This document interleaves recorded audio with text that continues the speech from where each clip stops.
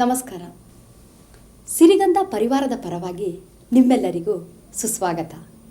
ಇಂದಿನ ನಮ್ಮ ಕಾರ್ಯಕ್ರಮದಲ್ಲಿ ಕೊಡಗಿನ ಸಂಸ್ಕೃತಿಯ ಬಗ್ಗೆ ಒಂದು ಕಿರುನೋಟ, ತಂಬೂರಿ ಪದ, ಗಿರಿಜನರಾದ ಕುಣಬಿಗಳಿಂದ ಕೋಲಾಟ, ಸೋಬಾನೆ ಪದ, ಮಧುರ ನಾದ ಹೊಮ್ಮಿಸುವ ಶಹನಾಯಿ ಹಾಗೂ ಒಂದು ಜನಪದ ಹಾಡು.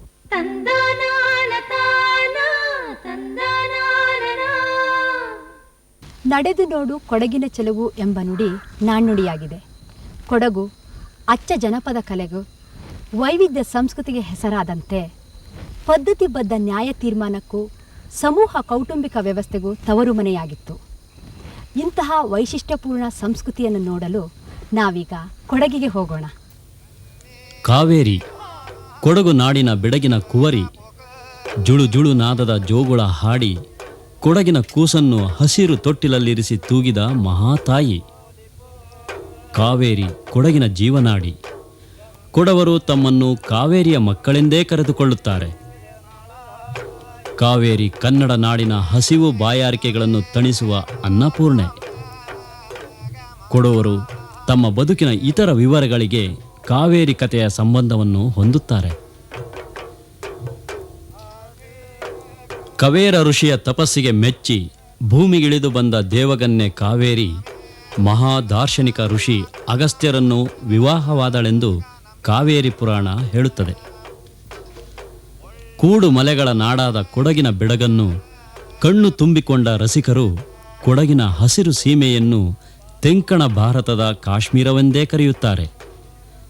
ಕೊಡಗಿನ ಪರಿಸರವೇ ಕ್ರಮಭರಿತ ಸಂಸ್ಕೃತಿಗೆ ಪೋಷಣೆ ನೀಡಿದಂತೆ ಇಲ್ಲಿನ ಜನರ ಬದುಕೇ ಒಂದು ಶಿಸ್ತಿಗೆ ಬೆಸೆದುಕೊಂಡಂತೆ ಕಾಣುತ್ತದೆ. ಕೊಡವರ ಬದುಕು ವರ್ಣರಂಜಿತವಾದದ್ದು. ನಾನಾ ಬಗೆಯ ಆಚರಣೆಗಳಿಂದ, ಹಾಡು ಕುಣಿತಗಳಿಂದ ಲೋಕವನ್ನು ಬೆರಗುಗೊಳಿಸಿದ್ದಾರೆ. ಕೊಡವರ ಬದುಕಿನಲ್ಲಿ ಹಾಡು ಕುಣಿತ ಆಚರಣೆಗಳು ಕಾವೇರಿಯ ಆರಾಧನೆ ತುಂಬಿಕೊಂಡಂತೆ ಅವರ ವಿಶಿಷ್ಟವಾದ ಸಂಸ್ಕೃತಿಯೂ ತುಳುಕುತ್ತದೆ. ಉಮ್ಮತ್ತಾಟ, ಹುತ್ತರಿ ಹಬ್ಬ, ಬೊಳಕಾಟ, ಕೈಲ್ ಹಬ್ಬ ಮುಂತಾದ ಸಮೂಹ ಕಲೆಗಳು ರಾರಾಜಿಸುತ್ತವೆ ಇಲ್ಲಿ. ಶಿಸ್ತುಬದ್ಧ ಉಡಿಗೆ ತೊಡುಗೆಗೆ, ನಡೆ ನುಡಿಗೆ, ಬಾಳು ಬದುಕಿಗೆ ಕೊಡುವರಷ್ಟು ಕಾಳಜಿ ವಹಿಸುವ ಜನಾಂಗವನ್ನು ಹುಡುಕುವುದು ಕಷ್ಟ.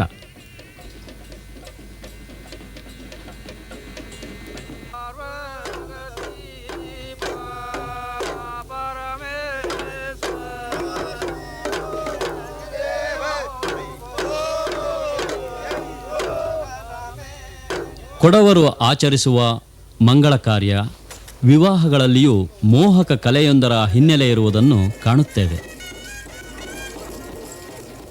ವೈವಿಧ್ಯಮಯ ಸಂಸ್ಕೃತಿಯ ಸಂಪತ್ತಿಗೆ ಒಡೆಯರಾದ ಕೊಡವರು ಸ್ವಭಾವತಃ ಸಂಘಜೀವಿಗಳು. ಭಾರತದ ಪುರಾತನ ಪದ್ಧತಿಯಾದ ಅವಿಭಕ್ತ ಕುಟುಂಬ ಪದ್ಧತಿಯನ್ನು ಈ ಕಾಲದಲ್ಲಿಯೂ ಪಾಲಿಸಿಕೊಂಡು ಬದುಕಲು ಆಸೆಪಡುವ ಜನರಿವರು. ಆ ಕಾರಣಕ್ಕೆ ಕುಟುಂಬಕ್ಕೊಂದು ದೊಡ್ಡ ಮನೆಯನ್ನು ಆಶ್ರಯಿಸಿದರು. ಇದನ್ನು ಐನ್ ಮನೆ ಎಂದೇ ಕರೆದರು. ಕೊಡಗು ನಾಡಿನ ಐನ್ ಮನೆಗಳು ಹಸಿರು ಪರಿಸರದ ನಡುವೆ ಗೌರವದ ಪ್ರತೀಕಗಳಾಗಿ ನಿಂತಿವೆ.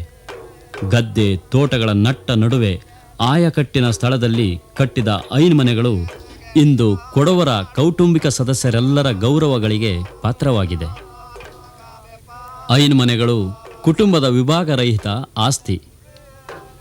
ಜೀವನದ ಹಾದಿ ಹುಡುಕಿ ದೂರ ದೂರಗಳಲ್ಲಿ ನೆಲೆಸಿದರೂ ಹಬ್ಬ ಹರಿದಿನಗಳಲ್ಲಿ, ವಿವಾಹಾದಿ ಮಂಗಳ ಕಾರ್ಯಗಳಲ್ಲಿ ಹಾಗೂ ವಿಶೇಷ ಸಂದರ್ಭಗಳಲ್ಲಿ ಈ ಮನೆತನಕ್ಕೆ ಸೇರಿದವರೆಲ್ಲ ಐನ್ ಮನೆಗಳಿಗೆ ಬಂದು ಸೇರುತ್ತಾರೆ.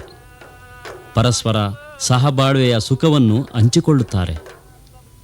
ಐನ್ ಮನೆಯ ಯಜಮಾನನನ್ನು ಕುಟುಂಬದ ಹಿರಿಯನೆಂದು ಗೌರವಿಸುತ್ತಾರೆ.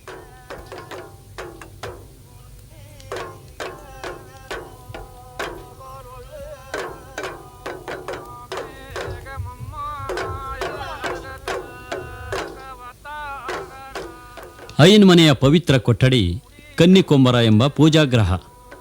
ಐನ್ ಮನೆಗೆ ಸೇರಿದ ಕುಟುಂಬ ವರ್ಗದವರಿಗೆ ಇದು ದೇವಮಂದಿರ. ಈ ದೇವಮಂದಿರದಲ್ಲಿ ಸದಾ ಉರಿಯುವ ನಂದಾದೀಪ ಇದನ್ನು ತೂಕಂಬಳಿಚ ಎಂದು ಕರೆಯುತ್ತಾರೆ. ಜ್ಯೋತಿಯ ದರ್ಶನ, ಪೂಜೆಗಳೆಲ್ಲವೂ ಇವರಿಗೆ ಭಾಗ್ಯಕಾರಕ. ಸಂಜೆ ಮುಂಜಾನೆ ಈ ದೀಪ ದರ್ಶನವೇ ಇವರಿಗೆ ಪುಣ್ಯ. ಐನ್ ಮನೆ ವಾಸ್ತುವಿನಲ್ಲಿ ವಿಶಿಷ್ಟವಾಗಿರುತ್ತದೆ. ಕನ್ನಿ ಕಂಬಗಳೆಂದು ದೊಡ್ಡ ಕಂಬಗಳ ಮೇಲೆ ತೊಲೆ ತಿರುಗಳನ್ನು ಹೇರಿ ಮಹಡಿ ನಿರ್ಮಿಸಿ ಗಾಳಿ ಬೆಳಕಿನ ಮೂಲಗಳನ್ನು ಅರಿತು ಕಿಟಕಿ ಬಾಗಿಲುಗಳನ್ನು ಇರಿಸಿರುವ ಈ ಮನೆಯಲ್ಲಿ ಕೆತ್ತನೆಯ ಕಲೆಗೆ ಮೈಯೊಡ್ಡಿದ ಕಂಬಗಳ ಸಾಲು ಮೋಹಕವಾಗಿರುತ್ತವೆ. ಅವಿಭಕ್ತ ಕುಟುಂಬ ಪದ್ಧತಿಯ ಸಹಬಾಳ್ವೆಯ ಸುಖವನ್ನು ಇತಿಹಾಸದುದ್ದಕ್ಕೂ ಕೊಡವರಿಗೆ ಎರೆದು ಬೆಳೆಸಿದ ಈ ಐನ್ ಮನೆಗಳು ಇಂದು ವಾಸಿಸುವರಿಲ್ಲದೆ ಹಾಳು ಬೀಳುತ್ತಲಿವೆ. ಮನೆಯನ್ನು ಬೆಳಗಿದ ನಂದಾದೀಪಗಳನ್ನು ಉರಿಸಿ ಬೆಳಕು ಮಾಡುವವರಿಲ್ಲದೆ ಕತ್ತಲ ಪ್ರಾಣಿ ಪಕ್ಷಿಗಳ ವಾಸದ ನೆಲೆಗಳಾಗುತ್ತಿವೆ.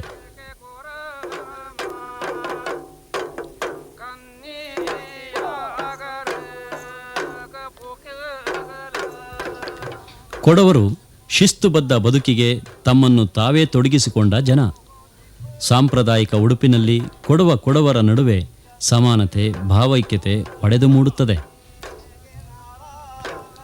ಮನುಷ್ಯ ಎಷ್ಟೇ ಸುಸಂಸ್ಕೃತನಾದರೂ ಸಮೂಹ ಬದುಕನ್ನು ನಡೆಸುವಾಗ ಬಂದೆರಗುವ ಮನಸ್ತಾಪಗಳಿಂದ ಮುಕ್ತನಾಗಲು ಹೆಣಗುತ್ತಾನೆ.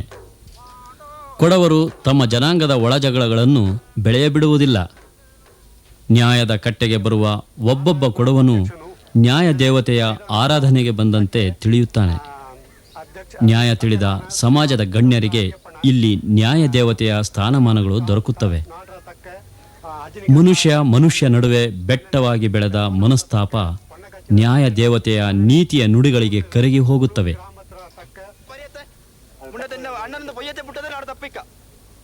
ಜಗಳಕ್ಕಿಳಿದು ಮೃಗವಾಗಿದ್ದ ಮಾನವ ದೇವತೆಯಾಗುತ್ತಾನೆ. ಎಲ್ಲಿಯೂ ಬಗೆಹರಿಸಲಾಗದ ಜಗಳಗಳು ಕೊಡವರ ಬಯಲು ನ್ಯಾಯಾಲಯದಲ್ಲಿ ಬಗೆಹರಿಯುತ್ತವೆ. ಆಧುನಿಕತೆಯ ಅಬ್ಬರದಲ್ಲಿ ಜೀವನ ಮೌಲ್ಯಗಳು ಕುಸಿಯುತ್ತಿರುವ ಈ ಸಂದರ್ಭದಲ್ಲಿ ಕೊಡವ ಸಮಾಜದ ನ್ಯಾಯಪೀಠಗಳು ಅಪರೂಪವಾಗಿವೆ.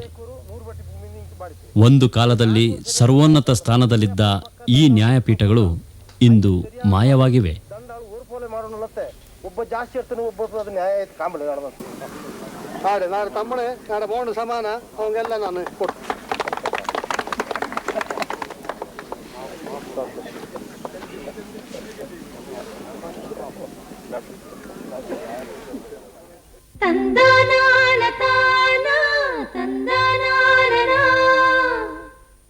ಸೋರೆಕಾಯಿ ಮಜ್ಜಿಗೆ ಹುಳಿಯ ರುಚಿಯನ್ನು ಒಲ್ಲದವರಾರು. ಸೋರೆಕಾಯಿ ಎಳೆದಾದರೆ ತರಕಾರಿ, ಒಣಗಿದರೆ ಈಜು ಬುರುಡೆ. ಜನಪದ ತತ್ವಜ್ಞಾನಿಗಳ ದೃಷ್ಟಿಯಲ್ಲಿ ಈ ಸೋರೆ ಬುರುಡೆ ಸಂಸಾರ ಸಾಗರವನ್ನು ದಾಟಿಸುವ ಈಜು ಬುರುಡೆ ಹೇಗೆಂದು ಬಲ್ಲಿರಾ? ಒಣಗಿದ ಸೋರೆ ಬುರುಡೆಗೆ ಬೊಂಬನ್ನು ಕೂರಿಸಿ ತಂತಿಯನ್ನು ಕಟ್ಟಿ ಎಳೆದು ಮೀಟಿದರೆ ಬರುವ ಓಂಕಾರನಾದ ಇಡೀ ತತ್ವಶಾಸ್ತ್ರಕ್ಕೆ ಮುನ್ನುಡಿ ಬರೆಯುತ್ತದೆ. ಇದನ್ನು ನಮ್ಮ ಜನಪದರು ತಂಬೂರಿ ಎಂದು ಕರೆದಿದ್ದಾರೆ. ತಂಬೂರಿಯ ಶ್ರುತಿ ಮಿಡಿದು ಹಾಡಿದ ಪದಗಳ ರಾಶಿಯೇ ನಮ್ಮ ಜನಪದದಲ್ಲಿದೆ. ಒರಸಿಗೆ ಒಂದೇ ದೇವಳಿಗಪ್ಪ, ನಾಡಿಗೆ ಒಂದೇ ದೊಡ್ಡಪ್ಪ.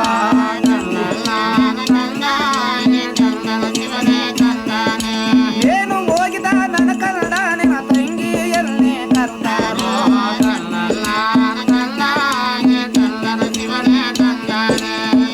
ಹೆಣ್ಣು ಮಕ್ಕಳು ಕೆಟ್ಟರೆ ಕನ್ನಡ, ಏಳು ಲೋಕವೇ ಕೆಟ್ಟಾಗೆ.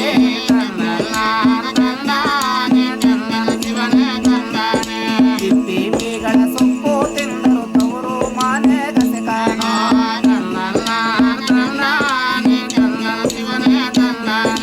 ಗಂಗೆಯಾದ ಶಿವಶರಣಮ್ಮ ಶಿವನಿಗರಿಗೆ ಮಾಡವಳೆ.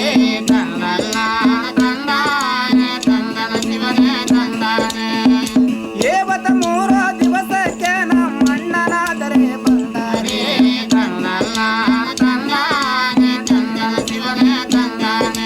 ಅಣ್ಣನಾದರೆ ಬಂದಾರೆ, ನನ್ನ ತೌರಿಗೆ ಒಳ್ಳೆ ಕಂದಾರೆ.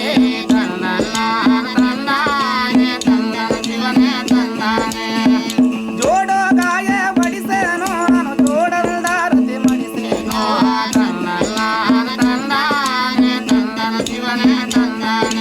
ಶಿವನಿಗರಿಗೆ ಮಾಡವುಳಲ್ಲ, ಬಾವಿ ನೀರಿಗೆ ಬಂದಾಳೆ.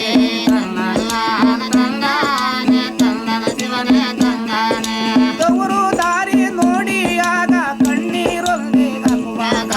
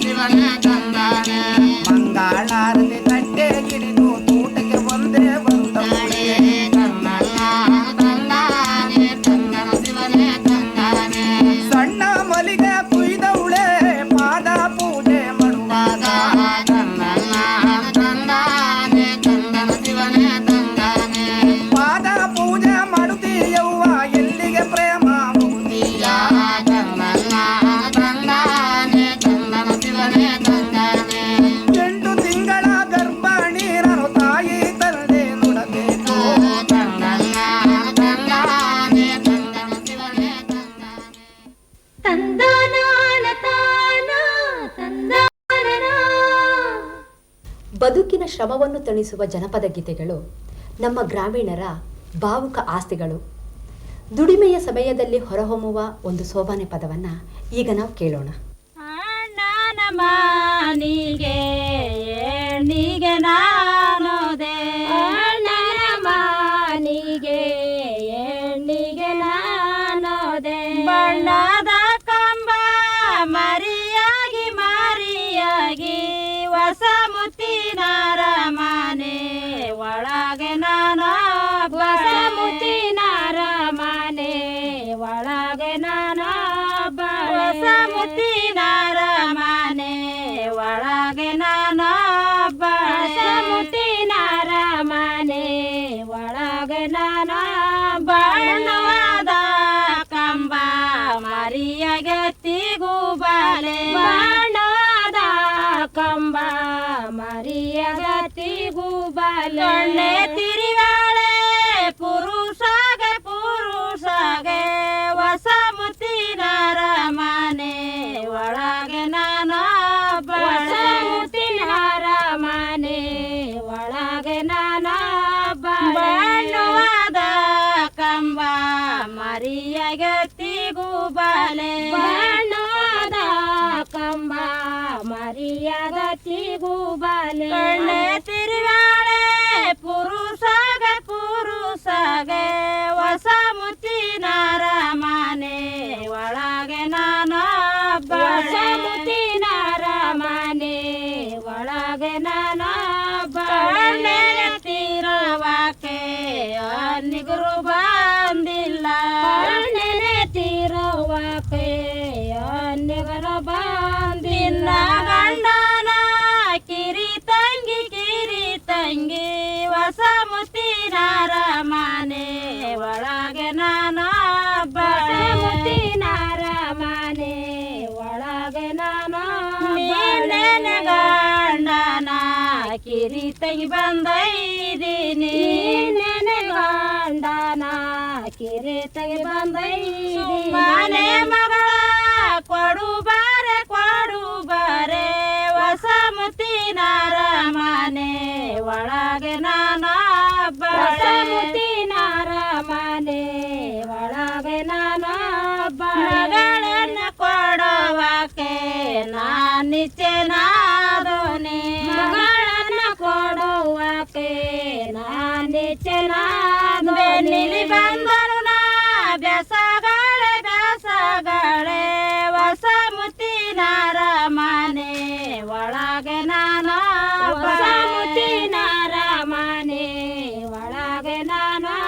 ಅಣ್ಣನ ಬೆಸಗಂಡೆ ತಮ್ಮನ ಬೆಸಗಂಡೆ, ಅಣ್ಣನ ಬೆಸಗಂಡೆ ತಮ್ಮನ ಬೆಸಗಂಡೆ. ಕೋಟಿ ಬಳಗವ ಬೆಸಗಂಡೆ. ತಂದನಾನ ತಾನ ತಂದನಾನ.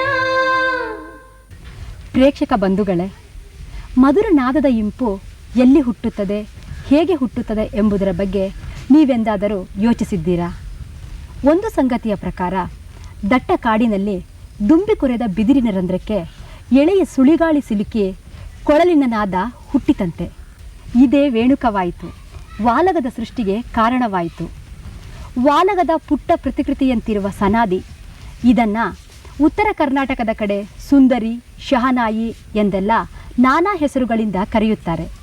ಈಗ ನಾವು ಬೆಳಗಾಂ ಜಿಲ್ಲೆ ರಾಯಬಾಗ್ ತಾಲೂಕಿನ ಹಾರೋಗೇರಿಯ ಶ್ರೀ ಯಮುನಪ್ಪ ಭೀಮಪ್ಪ ಭಜಂತ್ರಿಯವರಿಂದ ಸನಾದಿ ಕೇಳೋಣ.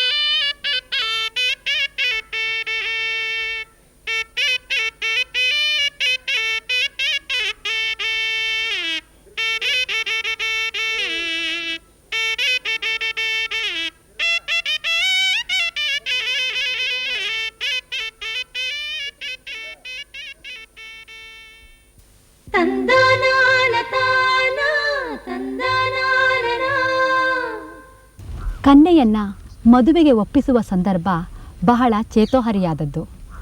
ಅಣ್ಣನೊಬ್ಬ ತನ್ನ ತಂಗಿಯ ಹೂಮನಸ್ಸಿನಲ್ಲಿ ಮದುವೆಯ ಭಾವವನ್ನು ತುಂಬುವ ಹಾಡನ್ನು ಹಾಡಿದ್ದಾರೆ ಧಾರವಾಡದ ಶ್ರೀ ಸೋಮಶೇಖರ್ ಜಾಡರವರು. ಪೋರಿ ನಿನ್ನ ನೋಡಲಾಕ ಯಾರೋ ಏನೋ ಬರ್ತಾರಂತ, ಒಲಮಿ ಮುಯ್ಯ ತರ್ತಾರಂತ, ಭಾರಿ ಭಾರಿ ಮರೆತಾನಂತ, ಊರ ಗೌಡರ ಹಿರಿ ಮಗನಂತ ಪೋರಿ ನಿನ್ನ.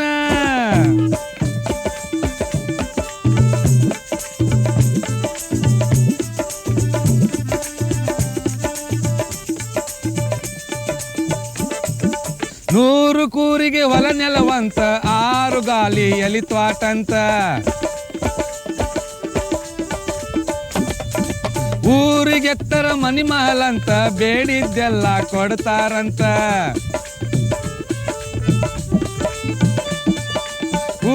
ಊರಿಗೆ ಹೊಲ ನೆಲವಂತ, 6 ಗಾಲಿ ಎಲಿತ್ವಾಟಂತ, ಊರಿಗೆತ್ತರ ಮನಿ ಮಹಲಂತ, ಬೇಡಿದ್ದೆಲ್ಲ ಕೊಡ್ತಾರಂತ. ಇಂದ ಗಟ್ಟಿ ಮಾಡ್ತಾರಂತ ಪೋರಿ ನಿನ್ನ.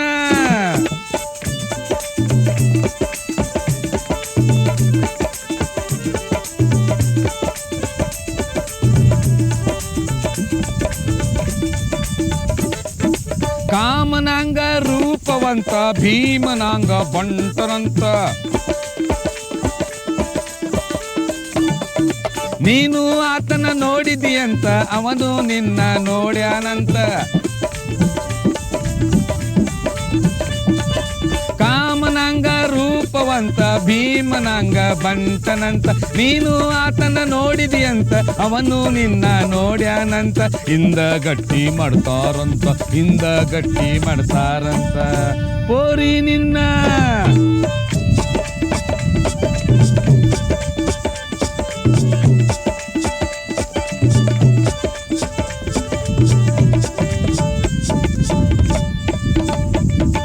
ಮಾಳಿಗೆ ಮ್ಯಾಲ ನಿಂತಿದ್ದಂತ, ಮನಸ್ಸು ಕೂಡ್ಯಾವಂತ,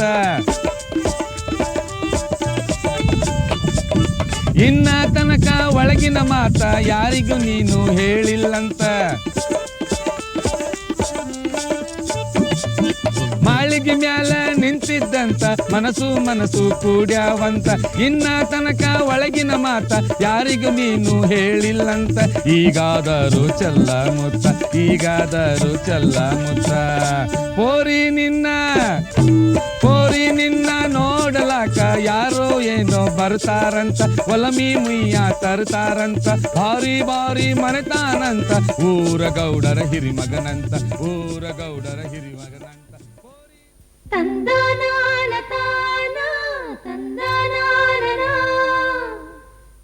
ಪ್ರಿಯ ವೀಕ್ಷಕರೇ, ಮತ್ತೆ ಮುಂದಿನ ವಾರ ಭೇಟಿಯಾಗೋಣ. ನಮಸ್ಕಾರ.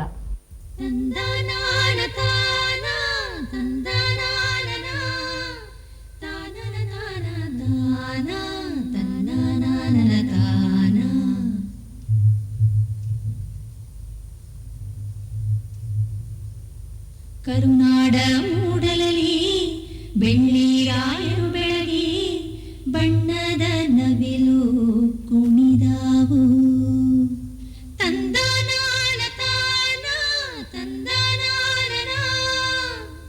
ಸ್ವಾತಿಯ ಮಳೆ ಹುಯ್ದು ಮುತ್ತುಗಳ ತೆನೆಬಾಗಿ, ಭೂತಾಯಿ ನೆನೆದು ಹರಸ್ಯಾಳು.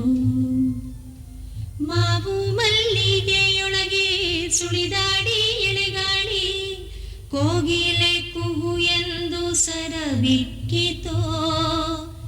ಅರಸರ ಕಥೆಯಲ್ಲ, ಗುರುಗಳ ಮತಿಯಲ್ಲ, ಬಿತ್ತಿ ಬೆಳೆದವರ ಪಾಡು ಹಾಡಾಯಿತೋ.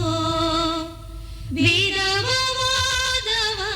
ಕಾಣದ ಜನರು ಓದನು ಅರಿಯದೆ ಗಾದೆ ಕಟ್ಟಿದರು.